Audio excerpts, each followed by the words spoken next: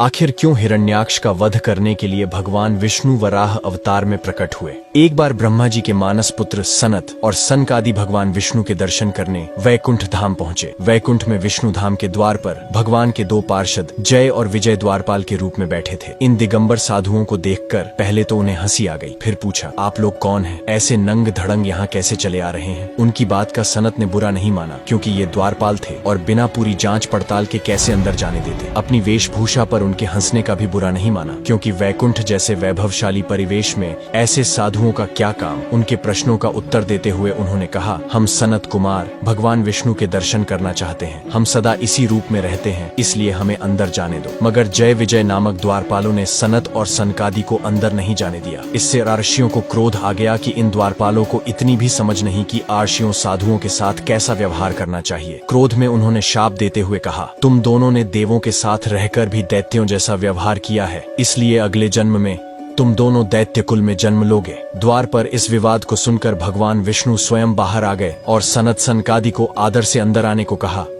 उधर जय विजय को दुखी देख भगवान विष्णु ने कारण पूछा तो उन्होंने अपने शाप की बात बताई। भगवान विष्णु ने कहा, उद्दंडता का फल तो तुम्हें भोगना ही पड़ेगा। असुर कुल में तुम्हारा अगला जन्म अवश्य होगा। इतनी चिंता मत करो, तुम मेरे पार्षद हो, इसलिए इसका पुण्य भी मिलेगा। मेरे द्वारा ही तुम्हें दैत्य योनि से मुक्ति मिलेगी। सनत और सनकादि भगवान के दर्शन कर चले गए। जय और विजय की मृत्यु होने पर उनका जन्म कश्यप आर्षि की पत्नी दिति के गर्भ से हुआ। दिति दैत्य कुलों की माता थी। उसके गर्भ से जन्म लेने वाले जय विजय का नाम इस जन्म में हिरण्याक्ष और हिरण्यकशिपु हुआ। उन दोनों में प्रबल आसुरी शक्ति थी। उन्होंने अपने उत्पात द्वारा आसुरी शक्ति के बल पर आसुरी राज्य स्थापित किया। उन्होंने देवलोक पर भी आक्रमण कर देवताओं को भी त्रस्त कर रखा था। उन्होंने घोषणा की कि अब से उनके राज्य के सारे यज्ञ उनके ही नाम पर होंगे। देवों को कोई यज्ञ भाग नहीं मिलेगा। किसी भी देवी देवता या ईश्वर की पूजा आराधना के बजाय उनकी ही पूजा होगी। देवगण कभी यहाँ पहुँच ही न सके, इसलिए मैं पृथ्वी को ही पाताल में पहुँचा देता हूँ। यह निश्चय कर हिरण्याक्ष आसुरी शक्ति के बल पर पृथ्वी को रसातल में ले गया। इससे सारे ब्रह्मांड में उथल पुथल मच गई। सृष्टि का नियम भंग होने लगा। चारों तरफ हाहाकार मच गया। ऋषियों मुनियों और देवताओं ने मिलकर विष्णु से प्रार्थना की, भगवान देखिए, इन दो महापराक्रमी असुरों ने क्या किया। देवताओं का यज्ञ भाग छीना, पूजा पाठ, धार्मिक कर्मकांड समाप्त किए और अब तो समस्त भूमंडल को ही रसातल में ले गए। उठिए और कुछ करिए। ब्रह्मा की सृष्टि में बड़ा व्यवधान उपस्थित हो गया है। आप ऋषियों मुनियों तथा मानवों के रहने का स्थान बनाइए। पृथ्वी जल में डूब रही है, उसके उद्धार के लिए वैकुंठ का वास छोड़कर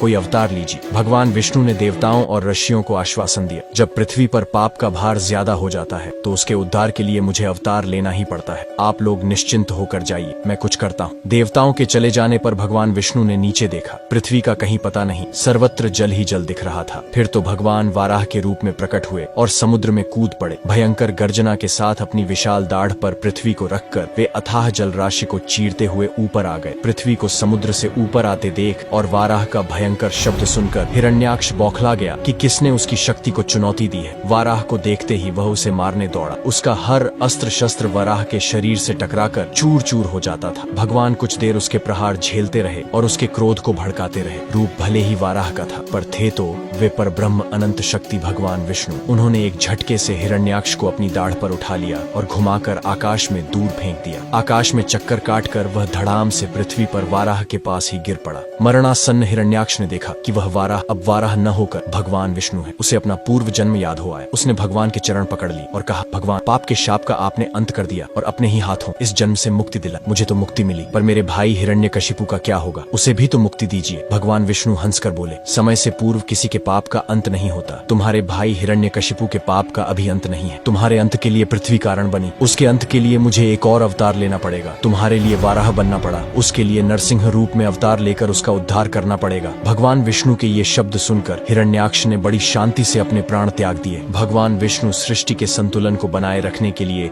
समय समय पर अवतार लेते हैं। जब भी अधर्म, पाप और अराजकता अपनी चरम सीमा पर पहुंचते हैं, तब धर्म की स्थापना और पाप का नाश करने के लिए भगवान का अवतार अपरिहार्य हो जाता है। हिरण्याक्ष और हिरण्यकशिपु जैसे महापराक्रमी असुर भी ईश्वर की शक्ति के आगे टिक नहीं सके। ये दिखाता है कि कोई भी शक्ति, चाहे कितनी भी बड़ी क्यों न हो, सत्य और धर्म के खिलाफ लंबे समय तक नहीं चल सकती।